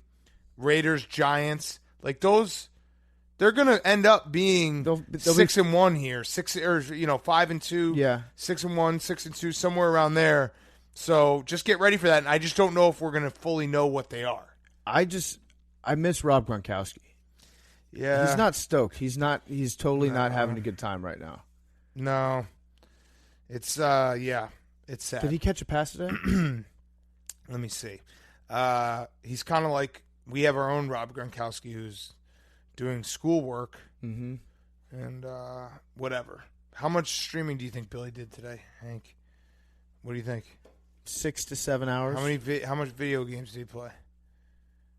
Probably played a good amount. Yeah. Did he get out of the gulag? He's got to do schoolwork, though. Mike Evans is awesome, by the way. Rob Gronkowski, 0 catches, 1 target. Not stoked at all. We're not stoked. We're not stoked about that. Okay. Yeah, that's all I had for Panthers Bucks. I don't know what to make of the Panthers. I feel like they might be one of the worst teams in the league now that depending on how bad Christian McCaffrey's hurt. Oh yeah, wait. Schefter didn't even put that in the tweet. He didn't include anything about Christian? Man, Christian McCaffrey hurt. Classic ESPN. All right. Cardinals versus your Washington football team. I'm gonna throw a flag on something you said earlier. You did think they were gonna maybe win this game. You absolutely did. You did the bird alert. Yeah. You're like, you took them, you bet them +7. You thought that the Washington football team was actually a good football team. I bet them +7.5. Right, but you thought they are the best football team in the NFL. I knew that. Name another football team. I know better than the Washington football team. When I give myself delusions of grandeur, I know I watched you watch that game. You were excited for it. You thought they were a good football team. They are a good football team. Nah. They're the best football team in the league. Just by name alone. Ron Rivera quit on this team. That was sad in the fourth quarter. That was very sad. He didn't use any of his timeouts. It was a 2-score game if they stopped, which they did get the stop. Their defense is still good. I don't think Dwayne Haskins, like every time I watch Dwayne Haskins, it feels like he's good whenever they're down and everything opens up a little bit and it gets a little easier. But in the beginning of games, it just doesn't look good. So it doesn't matter how fast your defensive line is. When you have a quarterback that is at least half a second faster than all of them in the 40-yard dash, yes, then it's just impossible. Like yes. you can't get to him. You can't make him feel pressure because he'll wiggle out of it. There were times where it looked like the TV was glitching because Kyler Murray would be here. And then half a second later, he'd go like behind a defender or his offensive lineman, and then he'd be like 7 yards downfield. Right. I don't know how you know what he's really good at doing? He's really good at wiggling. Yes, he's the best wiggler in the NFL right now. He's also not like I can't really describe it, but he'll sometimes scramble, and when he's clear that he's not going to get any yards out of it, he'll just slide and take like 1 yard. So it looks like a bad play. But it's just him not taking negative yards. It's him not taking sacks. Mm-hmm. So I think he's starting to figure it out more. And I'm a believer in Kyler Murray. DeAndre Hopkins still, like Bill O'Brien, you're an idiot. You have the Browns next week. Are you going to sell yourself on that? Yeah, I think we got the Browns. Okay. I think. And then you're going to get pasted by the Ravens. Yeah. And then the Rams. Bird alert. The Rams. And the Rams. Yeah. Probably get. Yeah. You also thought that because your bird alert was right week 1, you're like, this might be a thing. Oh, it occurred to me. I looked up their schedule and I saw that they play every bird team in the NFL besides the Falcons. So I was like, they might just be the bird hunters. I don't know. You have to sell yourself on dumb things I'm not like blaming that. you. If you know that the season's not going to go anywhere, you got to have like little fun things that you figure out. The only reason I brought it up was because earlier in the show you're like, yeah, I mean they lost. We knew they were going to lose. Like I think you thought they were going to win, which I agree. You have to sell yourself on something. It's a fan being a fan. Well, you know what it is? I'm excited for the first time in years to watch Washington football. Because their defense is awesome. So any glimpse that I get, I'm like, yeah, the defense is great. They got rid of Bruce Allen. So there are all these reasons why they got Ron Rivera and Jack Del Rio. So I'm ready to be sucked in. I'm ready to be hurt again, as Michael Scott would put it. No, that defense is good. And they're fun to watch. Chase Young's awesome. But I don't know. You got to figure out the quarterbacks thing. I also noticed that Kyler Murray, sometimes he just spins for fun. Yeah. When he's in the open field and nobody's just to getting prove close he to can tackle do him. it. He does it, yeah. Like when you see a spectacularly graceful gazelle running in the open across the open plain and just doing these dances that he's just doing for fun. That's what Kyler Murray does when he's in the open field, except he's got people chasing him. Yes. All right, next up we have Chiefs-Chargers. Okay, so Anthony Lynn, you're coaching losing football, dude. I don't know what that was. That was – the Chargers played their fucking balls off. Justin Herbert was good. He made the one mistake that I think we all kind of were expecting, and it cost them because you just can't make mistakes against Patrick Mahomes. But the Chargers defense made Patrick Mahomes look totally ordinary. Mm-hmm. Like, he struggled all day. They had no rhythm on offense. Their offensive line didn't look good. And then you get to the overtime, 4th and 1. You have a quarterback who's been running the ball pretty well that day. He's a big dude. And you punt and give it back to Patrick Mahomes, who, again, their offense wasn't that good. They had to kick a 58-yard field goal. They'd do it 3 times to win the game. But still, Anthony Lynn, you were coaching losing football. That was such a baffling thing to do, to just give the ball back to Patrick Mahomes. Well, the Chiefs found themselves in situations. I don't think I've ever seen the Chiefs more than once or twice in a game get to 3rd and 6 or 3rd and 7. That just does not. Right. That does not compute to me, seeing that Chiefs offense on the field and then seeing those numbers next to it, because it's like you should get – I'm used to seeing them get 8 yards every first down at the minimum. But they were scratching and clawing, getting these 5-6 yard completions to Travis Kelce in traffic in the middle of the field. And, yeah, the Chiefs didn't look like the Chiefs. It turns out maybe I don't know as much about the NFL as I thought that I did. I think I said the Chiefs were going to score 100 points. Well, this is going to sound slightly crazy. Less than 100 points. It's going to sound crazy because we're talking about the offense now, but I really do believe that Tyrod Taylor starts that game, the Chiefs win by 25. Yeah. Because Justin Herbert, he had 2 things going for him. 1, he actually was taking shots. And 2, we've talked about this before, but you have rookie quarterbacks, young quarterbacks, when you can get it to that perfect level of they're just dumb enough to not realize they're bad, and they're just like, I'm going to go out and play. Mm-hmm. So he didn't fully realize the mistakes he might have been making, and if you can bottle that up, you can do something with that. Mm-hmm. And he was running for some first downs. He took a couple shots. He actually concussed that Chiefs defender when he got knocked out. He had several welcome to the NFL rook Stephen Shea moments of the day where he just was not used to getting hit that hard. And like you said, he's dumb enough to not know that that's not a bad thing yet, or that's a bad thing yet. Right. So he's still putting his body out there and taking shots, trying to get meaningless couple yards at the ends of plays sometimes. But yeah, the Chiefs, they didn't look like the Chiefs, but they won. They won ugly. I guess we've seen the Chiefs win every other type of football, except for ugly. And Andy Reid has a mask that doesn't get fogged anymore. It had technology. Yeah, it just had holes. The technology. No, I think it just had holes. It was NHL technology. Okay. Meaning, I don't know. He probably rubbed it down with peanut oil or something on the inside. Before he soaped it up like scuba gear. He cleaned it. I have a stat for you. Justin Herbert was the first guy with a pass and rush touchdown in the first half of the NFL debut since Bob Clutterbuck, 1954. I know when Bob Clutterbuck. You don't make names like that anymore. Well, Bud Dupree is close. Yeah, no, Bob Clutterbuck's more like a vacuum salesman. Yeah, Bob Clutterbuck is that guy had a job. That guy had a job outside of football, because the paycheck wasn't good enough, and he was just a regular, you lived next door to Bob Clutterbuck. Bud Dupree has fired Bob Clutterbuck no less than 6 times over the course of his career.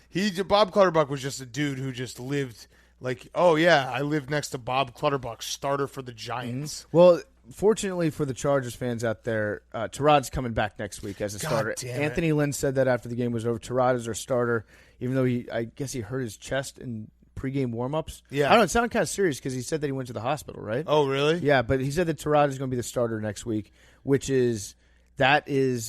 one's ever gotten fired for starting Tyrod Taylor. Well, Tyrod Taylor, so Anthony Lynn's doing the smart thing of keeping his job by keeping Justin Herbert on ice, but it's the dumb thing of Justin Herbert showed that he's clearly capable of being in the NFL and playing, and why wouldn't you play him right away? Tyrod Taylor is a great lesson in life. That if you're just a nice enough person, people won't really be ever very critical of you, because I saw it written a few times today where they're like, Tyrod Taylor, like, really nice guy. Doesn't take a lot of shots down. He stinks. It's okay to say he stinks. We feel bad for him. He never really got he never kind of found his spot. He's a good backup. I'm sure he's a great teammate. He's not a good quarterback. He's not a good starting quarterback. To me, it's a red flag when you say somebody as good as they are of a football player, they're an even better human. It's like, so they're not that good of a football player. At this point, if you're a starting quarterback, you should be a way better football player than you are a human. Yes, you should be a shitty human. And a great quarterback. You pretty much have to have a Nobel Peace Prize to be a better human than you are a quarterback if you're an NFL player. So, yeah, maybe he just needs to start being an asshole. Yeah. Maybe Tyrod needs to, like, say, you know what, fuck it, I'm going to go back to the old me. I don't even know if he was ever an asshole. The new me, I'm going to go back to the new me that has never existed before and just be a piece of shit. Maybe then I'll be a better quarterback. Yeah. All right, last up, Ravens-Texans. So the Ravens are just incredible. The Texans, I'm not ready to shit on the Texans yet because they had to play the Chiefs and the fucking Ravens. Mm-hmm. Like, you can't start harder than that. Yeah, that's a tough draw. I'm not going to go, like, it's actually almost the reverse of, like, the Bears or the Steelers playing two terrible teams to start. You can't sit here and say definitively the Texans stink. They don't look good, but they played the Chiefs and the Ravens. I think that this is no exaggeration. I think I could be the punter for the Ravens this year and not cost them any games. Yeah, easily. They never go for it. They always go for it. They always go for it on fourth down. Harbaugh's addicted to going for it. He loves going for it ever since he realized that, fourth down is actually just another regular play. And we get like 6 yards every play anyway. Ever since the computer folks told him that stat, he's been addicted to going for it. I think I could punt for the Ravens, and we'd still go, I'd say, 13-3. The Ravens are Alabama. They're Alabama football. They just run the ball down your fucking throat. They efficient passing game. But today, in that fourth quarter, they almost, like, we were all sitting here rooting for the over, and I felt more confident that the Ravens would maybe get it than a team that can pass because the Ravens just rip off these runs that they look like college football runs. Mm-hmm. Like, you're not in the NFL, you're not supposed to be able to run the ball like the Ravens run the ball. They run the ball and they'll just fucking, like, that 4th and 1 where Ingram scores. I've seen that play in an Alabama game where I've covered a spread because Alabama wasn't even trying to run up the score. They're just so much better than you that they do it. When are we going to get the conversation going for you should extend Lamar Jackson now? Now. Pay him now. Now. Pay Lamar. Yesterday. Now. Right now. Because they're getting a hell of a deal out of him. Yes. They got to win, though. Mm-hmm. They got to win. The time is short. So even as bad as the Texans were, that's the only second time that Deshaun Watson has lost by more than 14 points. Last time, Ravens last year. So the Ravens kind of just own the Texans. They have their numbers. They just kick the shit out of the Texans. All right, let's finish up. We're going to do Football Guy of the Week. We're going to do Who's Back of the Week, and we'll do a little NBA talk. I don't think was there any other thing? I don't think there's any, like, tournaments or anything that happened today? No. Okay, so perfect. So that will be the rest of the show. Let's do Football Guy of the Week, presented by our friends at Phillips Norelco. Football Guy of the Week, presented by Phillips Norelco. Like I said, you got to get Phillips Norelco. You get the one blade shaver. It's the best. It trims, edge, shave, any length of hair. Football Guy of the Week, presented by Phillips Norelco One Blade. The only tool that can trim, edge, and shave any length of hair. I have the ad open now. I have been using it, though. So I've been using my One Blade for, 2 years now since Phillips Norelco came on the scene with us, and it's perfect. I'm telling you guys, there are a lot of times where you're saying to yourself, I want to have that, like, movie star stubble. I want to look good. I want to have that perfect. The big beards are out. You need that nice stubble, that perfect length. That's what we're going for, and Phillips Norelco has that for you. Pick up a specially marked one-blade Barstool pack nationwide where you could win up to $1,000 to the Barstool store. And if you have your own Football Guy looks, we want to see them. Tweet your funniest game day facial or body hair looks to @PartOfMyTake using the hashtag #TrimItToWinIt for a chance to win a special PMT experience like playing around a Mario Party with us, sitting in on an episode recording, or watch a Thursday night football game with us. We'll be choosing one winner a month. I didn't even realize we're doing this. This is awesome. So some AWL sitting here listening to this right now, if you tweet us, #TrimItToWinIt, hashtag #TrimItToWinIt, with your game day facial hair, you could come and hang out with us and watch Thursday Night Football or play Mario Party, steal all my stars, and watch me flip out. So do it, Phillips & Norelco. We love Phillips & Norelco. They're the presenting sponsor for our Football Guy of the Week. Your style made simple. Phillips & Norelco, one blade. So the Phillips & Norelco Football Guy of the Week. Jake Marsh, you sent us the email? I'm looking for the email. You texted it to us. It's texted, yeah. It's texted to us. I got them right here. I can read them off. Get us going. All right, first one was Syracuse quarterback Rex Culpepper. Great quarterback name. He threw his first touchdown of his career, 69-yard score after being declared cancer-free in 2018. Oh, little heartstrings for us, He Jake. went through 100 hours of Hank chemotherapy. is dead. Hank's dying. He's dead. He was just Our poor boy. He was just laying back dead. We're back to the grinder. I miss Sunday having nights American suck. Ninja Warrior on TV Sunday right now. nights suck. I also have to listen to this back, so this is like, Yeah, but I can miss it the first time. We're funnier the second time. But if we're flipping it, PFT and I also had to work the last 4. We had to work during Sunday Night Football. That's true. Same. Well, you had to watch the game. Watching We the had to tape. On work. a stream. True. Work. Grind. Work. I'm not even. You can nap. Okay. Yeah, just fall asleep for the rest of the podcast. You'll be good. Wait, but should I wake you up when we want to make fun of LeBron because it's AD's team? Yeah, I'm ready for who's back. All right, okay, all right. I'm listening. All I'm right, just resting my eyes a little bit. Then we had the parents of high school quarterback Jake Garcia are nominated. They had to Yes. legally separate from their son in order for him to be eligible to play after transferring. So it's like a reverse blindside. Incredible. They orphaned their own son and then sent him out to L.A. Yes. Sandra Bullock needs to make that into a I movie. love that move. And then Colts owner Jim Irsay gave a motivational speech on Twitter while standing over the bench press. I think we talked about that on Friday. Yeah. And then Desmond Pulliam, he's a high school senior in Texas with autism spectrum disorder who scored his first career touchdown in a rivalry game. I saw the replay of this. I saw the highlight of this. He's got wheels. I would like to make a PSA to anyone who's ever involved in one of these types of plays where they have somebody come on the field who's maybe been associated with the team for a while and want to get them in a game before they graduate. Give them a good 5 yards worth of space as they're running the ball into the end zone. Mm-hmm. His teammates came dangerously close to tackling him several times on this run. Yes. I know you want to be on SportsCenter, like high-five him on the way to the end zone. Don't trip him. Also, do you think anybody in the stands had the under on that game? And then that play happened. It's got to be tough. And then like, you don't. fuck. You just have to like bite your tongue and just be like, No, you can bitch about it after. Yeah? You can bitch about it after. Yeah. You can bitch it in private. What are you, Jake Rinaldi today? Trying to make us cry? Fucking sad sap stories. What the hell, man? We want the dudes who are like, the guy who's got like cirrhosis of the liver, and he's like, I'll play without a liver. And Brett Favre. I'll coach. Brett Brett Favre. Yeah. I'll coach without a liver. Not just actually sad stories. That's Bruce Arians. Yeah, fuck. All right. So, Phillips & Norelco, Football Guy of the Week. Vote. We'll put up the blog. Maybe we'll try to get in touch with him. I mean, I'm just going to cry? We're just going to cry now? Yeah, we should have a cry episode of Part of My Take. Yeah. Where we just cry. Yeah, where we just try to make each other cry. We would watch Marley and Me. Oh, don't even say. Yeah, I know. Marley I and just Me. said it. Yeah. All right. Hank wouldn't cry. Hank no, hates Hank's a dogs. dog owner now. You ever seen Normie? You ever think about Normie getting old? You ever think about Normie? No, stop. I mean, he loves you so much. And I love him. Right. He's my best friend. Beth already? They were boys. Damn. How big is his dick? I don't know.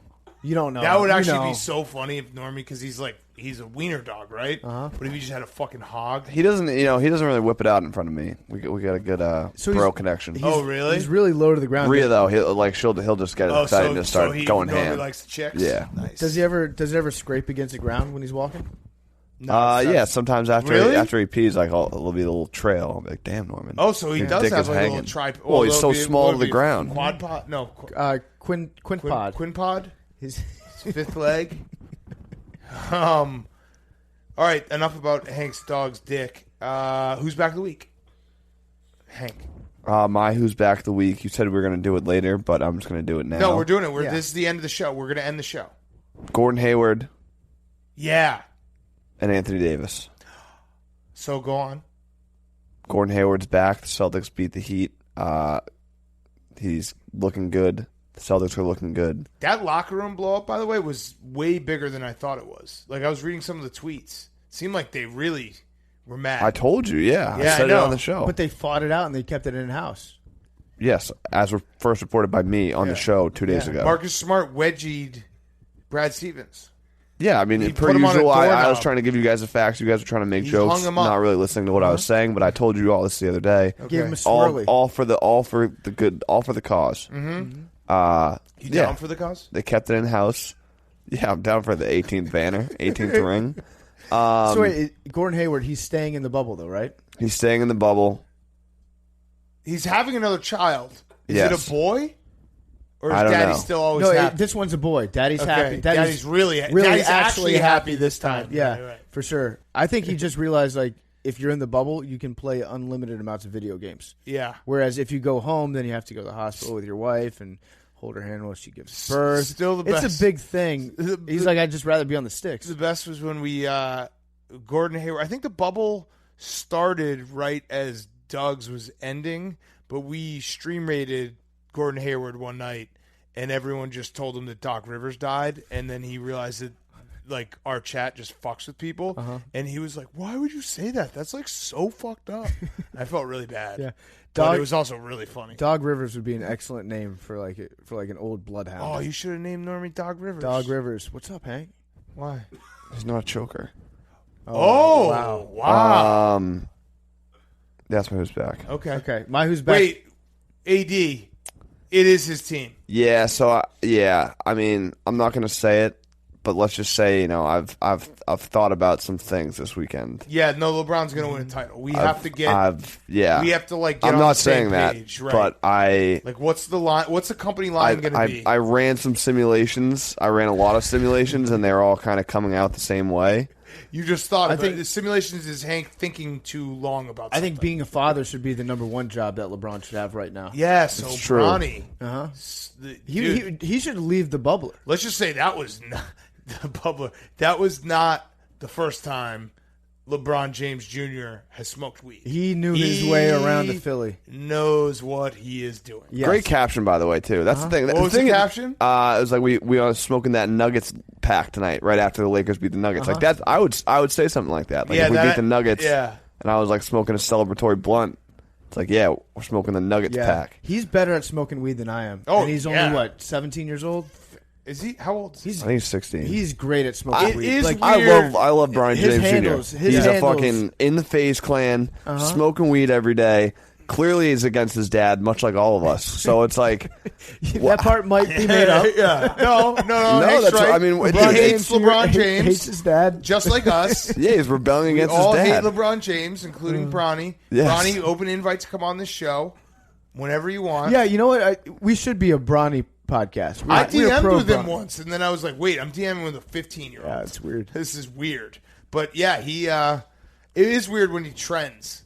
That's kind of weird. When Yeah. everyone's just like talking about him. He's like this 16-year-old. Yeah, but then people again, making videos and stuff. yeah, that's weird. But then again, he also taped himself, Yeah, so he clearly wants He's a- everyone to yeah, know I mean, that he he's- like smokes. well, It's that's like, the thing, it's bro, like we he- know you're cool now. He right. is- He he is joins his FaZe father's Clan son. like he's Yeah. doing all Like, this shit. Yeah, he knows that he has to be in front of the camera a little Also, bit. biggest clown move of all time was LeBron James, like just bitching and moaning about not winning MVP and not even Oh, congratulating yeah. Giannis. Right, right. Scum. Saying it was bullshit voting. Was Yeah. that what he said? Scum. Yeah. Maybe it'd be better and you win MVP. Yeah. Maybe if you worry less about MVP, You're not even going to win Finals MVP if you no win disrespect to championship. families, though. No disrespect to families. Yeah. Also, maybe if you didn't feed them wine all the time, they wouldn't smoke weed. That's right. It's actually Try to healthier. They're probably this just trying to get rid of the spins from Yeah. all the wine they're the drinking. counter. This is Bronny actually like going on a health kick. This is like his version of becoming vegan. Dude. It's just like, you know what? I'm not going to drink alcohol. It's better for you if I Yeah. just stay high all the time. In all honesty, it must suck. Like it's great. It's probably great to be Bronny James Jr. because you're awesome at basketball and your dad's LeBron James. But at the same time, it sucks because you're trending on Twitter after you do something that every fucking kid does. Like every kid smokes weed. Just don't post it. Yeah, No, I say post harder. Post through it. yeah. Because if you stop posting now, then you're letting the haters win. If Bronny James Jr. if LeBron James wins a title and Bronny James Jr. hits a gravity bong on a live stream, I might become a LeBron James fan. Smoking that Through Bronny James Jr. as a portal. Uh-huh. As a portal, I might be like, if I ever met LeBron James, I'd be like, sir, I'm a big fan of your son. Yeah. That's it. Straight up. Like, I'm a big Bronny James. And you know what? Whatever part you had in raising him, good job. You're even better father than a basketball player. Yes. You know what would be great is if they won the championship and then Bronny was just hanging out with JaVale and J.R. Smith, just blazing it up. J.R. Smith definitely DM'd. Just hotboxing the Escalade at the front of the parade. Yes. Just like crack the window, a little smoke comes out. All you see is shirtless JR, like cutting a milk gallon in half to start to make that gravity. No, J.R. Smith definitely DM'd Bronny James Jr. is like, you're cooler than your dad. That's what's up. Yeah. Like you're already cooler. Well, your dad says the same shit to me. Don't worry, bro. Yeah. When he comes down on you, don't worry. Like it's all love. You might want to rethink through it. that LeBron James is not cool because my Who's Back was going to be LeBron's thoughts. Wait, before you do that, do the last ad. But I want to hear this. Yeah, LeBron's thoughts are huge. Is back. Yeah. The last ad. Actually, this is great. I'm not even going to call it an ad. I'm just going to say this is me saying that Body Armor is fucking awesome. We love Body Armor here at Part of My Take. Summer is over, but football is finally back. The best way to stay hydrated all season long is with our favorite sports drink, Body Armor. I love the fruit punch. I love the mango. I even like their coconut-flavored Body Armor. I'm not usually a big coconut water guy, but the coconut-flavored Body Armor is delicious, and it's extremely hydrating. It is the best if you're trying to replenish after a workout, or maybe you had a rough night. Maybe you indulged in 2 out of your 4 beers allotted to you in September. You want to replenish, reach for Body Armor. No artificial sweeteners, flavors, or dyes. Body Armor is potassium-packed and full of electrolytes with all the things you need to keep you hydrated in the summer months, and it tastes great. You can learn more at drinkbodyarmor.com, or you can order their flavors on Amazon right now. That is Body Armor, our favorite sports drink. All right. Emo LeBron. Yes, LeBron's thoughts are back this week. So he's doing geometry right now. Red alert, he's doing geometry.